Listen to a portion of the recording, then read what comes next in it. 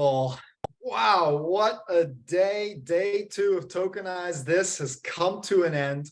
Hopefully, all of you have been enjoying the conference so far. What an incredible set of speakers, as well as our sponsors. Definitely go check out their expo booths. Thank you again to Oasis Pro, to Invenium, to INX, to Block Time Financial, to Fairchild Acquisition, to Red Swan, to Fusion IQ, Invest Ready, Invenium, everybody that made this summit possible. Again, thank you so much. I believe with the live stream, we've had over 1,000 people tune in already, folks. I think this might be the largest, at least online congregation of people focusing on tokenization. And man, even I learned some stuff. I love to see it.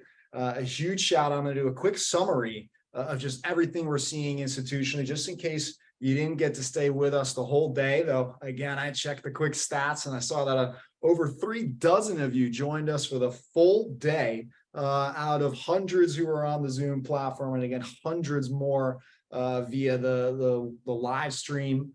Absolutely incredible. I'm just blown away, but I hope we all took away some major institutional use cases from today. I want to give a shout out to Peter for doing such a great job today, but he earns his title as the head of institution and the head of research because he is so plugged in, and he already identified long ago in 2022 that 2023 was going to be the year of institutions. And I think that's so much the case. It's so clear after today. We're seeing back office automation.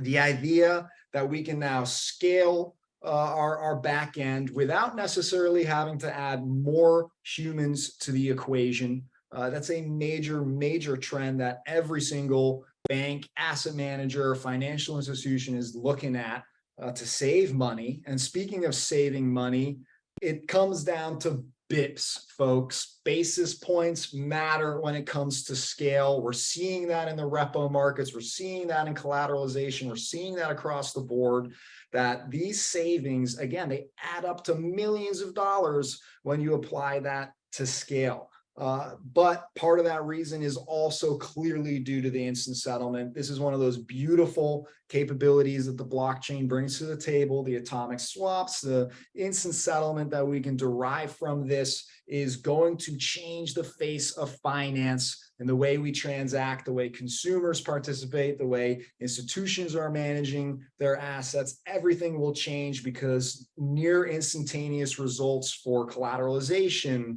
for trading, for settlement, for everything will become the norm, folks. So we better learn how to get used to those new capabilities. Access and distribution clearly are another one of those opportunities. There are new channels being formed where no longer are we going to rely on the traditional intermediaries that run the distribution side of things in Wall Street. Now we're going to see companies like Wisdom Tree and many others build their own channels, their own capabilities to manage the process, manage the user, manage the investor, and give them a whole host of new capabilities, not just the opportunity to invest in something good, but to take advantage of financial services as we discussed it. Which gets into the building blocks, folks. We're clearly still seeing the inevitable infrastructure being built that will power the future of finance. We're talking about tokenizing bank deposits, the stable coin game, of course, now with the rise of treasury bills and similar money market products. This is going to change the way we manage finance once again, which is going down even into the alternatives markets. We're seeing, of course, HELOCs, we're seeing ABSs, we're seeing private credit, real estate, commercial real estate. The whole thing is getting upended thanks to the advantages that I just mentioned that were never before seen in the alternatives market. So I don't know about you, but I'm hyped. I'm super excited. I already know, especially after today, that 2024 is going to be finally the year of tokenization. People have been shouting that year after year since 2018 when we first embarked on this industry. But I truly believe and know that next year is the year that no longer becomes a question of when. It's already happening. I even garner to think that there could well be $1 trillion crossing next year in the tokenized markets industry in terms of size. Now, we also know that the future isn't going to be driven by tokenization first, as in the apps, the technology that powers the blockchain in the background to enable adoption and to enable acquisition of customers and investors without teaching them about keys and wallets and everything else in order to make it work for the end value proposition. And that means we're going to see all those trillions move faster.